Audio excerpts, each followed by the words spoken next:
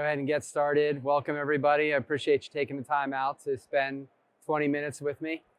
We are going to talk about multi-layered enterprise controls for RAG-based AI applications. So we couldn't make that title any longer, but let's go ahead and get started. So before I dive into the topic today, I do want to give a little background on Immuta because I think it will help explain why we are offering this solution for RAG security. So Immuta's been around for a while now, 8 years. We've been a long-standing Databricks security partner, and we're actually an investment by Databricks Ventures as well. And our customers use us to do access control at scale across their data platforms. So a lot of customers use us across multiple data platforms at once. You can build a single policy, and it acts and enforces access control in multiple data platforms at once. But a lot of our customers use us just on Databricks, for example, because we really help you scale the management of those policies. So who has access to what data can be done with far fewer policies in Immuta than having to run grants yourself across all your data platforms, for example. We're also able to do access approval workflows for if someone wants to gain access to data outside of, think of it as your birthright policies. We can manage that as well. And then you can monitor where your sensitive data lives and query activity against that data. So again, as I mentioned, we've been doing this for a while. And so what I'm talking about today is some new capabilities we've added so that we can do the same kind of scaling policy enforcement for your Gen AI applications. Okay, so before Gen AI, this was less of a problem. It was a big problem, maybe a little bit less of a problem, because sheer human limits kind of helped you with access control, right? Because there's only so many people that are good enough at SQL to go into your data platform and run queries. So before Gen AI, as I mentioned, only really the people that are great at SQL can go into your database and ask questions and get answers, right? And the mere mortals, so to speak, still needed someone to create a dashboard for them to consume insights from your data, or some sort of application that lets them gain insights from data. So you really only had to think about the people that had access to your data platform and how do you secure the data platform from them, from running queries. So this helped you solve the problem to a certain extent. Well, Gen AI completely changes that game now. So if we start on the left here, anyone can actually come into Databricks now and ask a question through data rooms, which I believe used to be called Genie. And Databricks can convert that to SQL under the covers and run that across all your structured data. So now you no longer need that SQL expert to be able to run queries against your structured data. Anyone can come in there and ask these questions. So this, of course, increases the scope of not only who you need to control access to, but also where they have access. And then, of course, with the introduction of LLMs and RAG-based LLMs, you have your unstructured data that can be presented through an LLM, and anyone could ask any old question they want and get insights from that too. So now all your data is essentially exposed to all your users potentially, and they can get insights from it. So it creates a much larger access control, a much larger security problem. Okay, so obviously, Immuta's been around for a while, as I mentioned on that first slide that you couldn't see, that we are able to discover the sensitive data, lock down that structured data, and this is even more critical now because anyone can come into your data platform, ask questions, and get answers, right? So you need to have that full coverage at scale to protect that structured data, more so now than ever before. But the new challenge is the unstructured data. We've now introduced this new paradigm where your unstructured data people can ask questions and gain insights from it. So how do we manage this unstructured data challenge now along with the structured data access control challenge? So real quick, before I dive into that, I want to talk about RAG. Just show of hands, who's familiar with what RAG is and how it works? Okay, so it's a good portion of you. I really love RAG because, one, it allows you to keep your proprietary data up to date very easily. You don't have to retrain models. But the other reason I really love it is because it gives you a point to do fine-grained access control dynamically. And I'll talk about what I mean in a moment. But for those of you that don't understand what RAG is, when you go to ChatGPT, for example, and ask a generic question that can be answered via information on the internet, ChatGPT can do that. But if you go ask a question that's proprietary to just your company data, it's obviously not going to be able to answer that question because it hasn't been trained on that. So RAG allows you to take your unstructured data, give it some structure in a vector index, which is depicted here in the middle of this slide, and then ask questions, and your questions get converted also into a vector index, and that's used to search the vector index to find the matching chunks, and then the LLM can convert that to an answer. And the beauty of this is you don't have to train a model, yet you can get proprietary answers back by exposing your proprietary information in one of these RAG vector indexes. Okay, so the first thing to think about is where does your risk lie with RAG-based LLMs? And so we see it as 3 layers of defense. The storage layer is the unstructured data, where it's being read from, like what's actually being read in the first place to populate that RAG index. The second layer is data. So what is that RAG actually responding with? So when someone asks a question and the vector search executes, what rows from that vector search actually come back to answer the question? And then the third layer is the prompt tier. So I'm showing this slide because I think in the market today, there are a lot of prompt-based solutions out there that's trying to do all the controls at the prompt. And this puts a lot of pressure on the prompt tier, where you could relieve some of that pressure by focusing at the storage and data tier and taking a 3-layered approach. The other thing that I think you need to think about is ownership of the problem. Who in your organization owns the problem? So if you think about it, the storage where the unstructured data lives and the RAG index is really your data platform team. That's controlled by, I believe, the folks that are probably at this conference. You guys are all working with Databricks as part of your job at your company to manage this part of the problem. The second half of this, the prompt half, and this isn't obviously everywhere, but from what we've seen in a lot of organizations, it's a separate team, an application team that's managing the prompt level of the application. So why does this matter?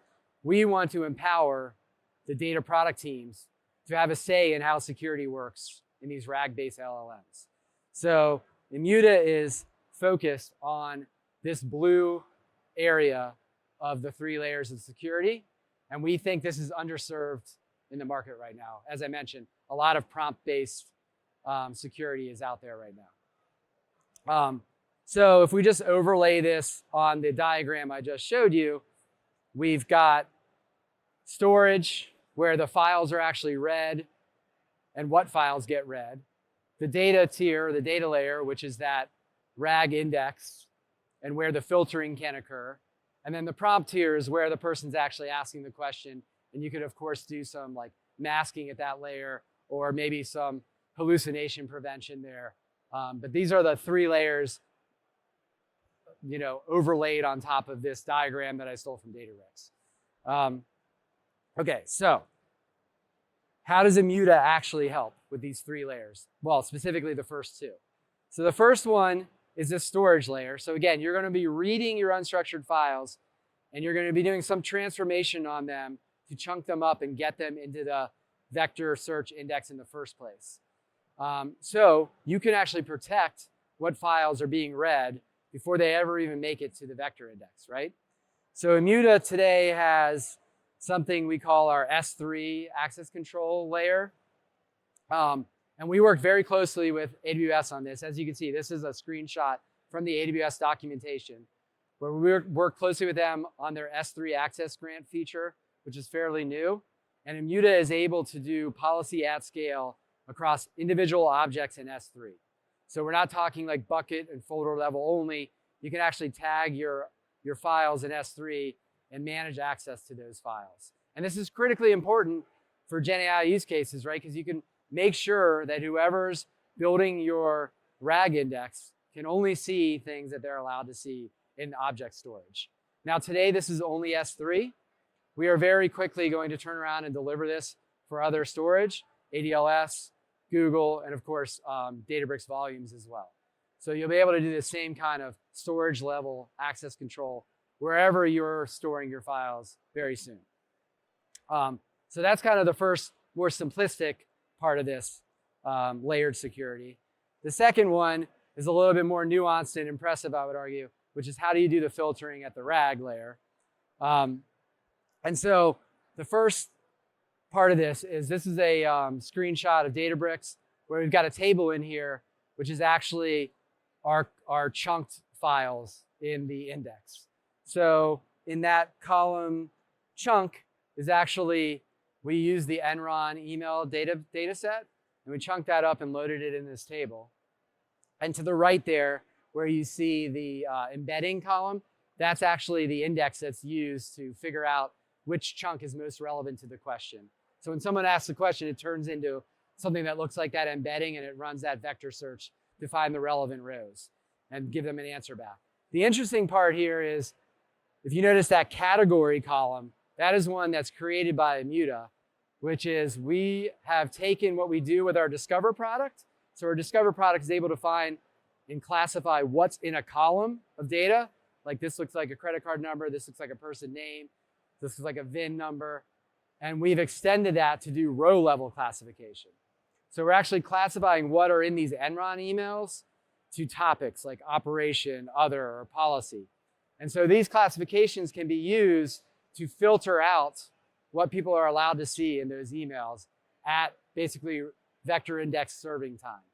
So you could certainly, if you already have these topics there, you could just give them to us and it would work. But we can auto classify the topics for you in your RAG index too. So that's a key innovation with this. So once you have that structure there, in our example, we're using the Enron emails, we can then build a policy on it, just like you build a policy in Immuta or have done in the past. So this is a screenshot of our policy builder. So in here, if I read this out to you, we're saying to only show rows where the user possesses an attribute access level that matches the value in the column tagged RAG classification. So I'll start with the first half of this. So we've classified our users with what they're allowed to see. So if I go back to this table, if we look at this category column, we could say, hey, Steve is allowed to see policy and operations, but not other. And some other user is only allowed to see operations, for example. And our policy is going to match that up and ensure that the results are filtered to what you're only allowed to see. And we're going to apply this anywhere we see this RAG classification tag. So we could tag that category column with RAG classification, and that policy will apply to any vector index that uses that RAG classification column. Okay, so once the policy's there, what actually happens? So the user would go to a prompt and ask a question, and we've actually got two examples here. A user without access asking the question, and a user with access to the policy topics asking the exact same question. You'll notice they get completely different answers. The first user is saying, hey, is the FBI conducting any investigations? What's our legal exposure? That person isn't able to see that policy topic from the RAG index.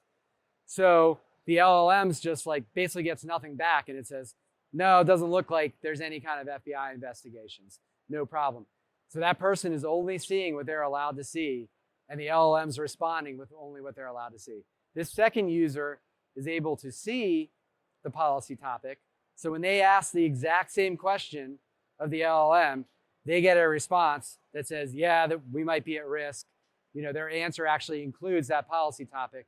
And so they're getting information back that the other user didn't. So this is happening dynamically. And this is one of the big benefits of filtering at runtime of the RAG, because without this, you would have to essentially create a permutation. Basically, you'd have to train a model for every permutation of access, where with RAG, you can do it dynamically. And as I mentioned earlier, you can also keep it up to date more easily. As new data arrives, you can add it to your RAG index.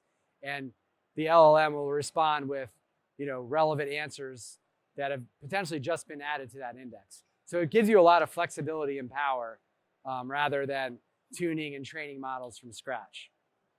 Okay, so my last slide, and then we'll open it up to some questions if there are any.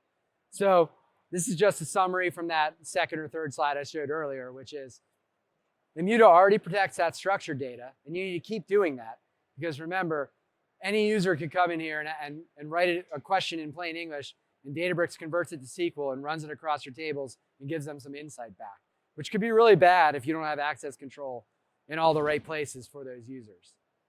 But then the new thing is now we also assist with this unstructured paradigm, where we not only can manage at the storage layer what data is available to the LLM. As I mentioned, we have that S3 access control policies, but we're broadening that to ADLS, Google Storage, Databricks volumes. But we also can do the RAG-based LLM filtering for the runtime question filtering so that you're only getting the answers you're allowed to see. So those are those 2 layers of control for the 3 layers. If you wanted to add that third prompt layer, you could certainly do that too. A lot of, we're not going to try to tackle the hallucination problem. We're really about the data security problem and empowering the data platform teams to have some control over the LLM security and not completely relying on the prompt here to do it. So that's it. We actually are at booth 124 right behind us. So you could go over there if you'd like after this, get a demo of what I spoke about, but we also can show you just in general how we do policy at scale across your Databricks tables. So feel free to come by and talk to us. We also have a lounge down the street at 661 Howard Street, handing out free booze. We basically rented out the entire bar. You can just come over there, hang out, get some food, some alcohol, talk to us, hang out a little bit if you'd like. 661 Howard Street. So I'll stop there.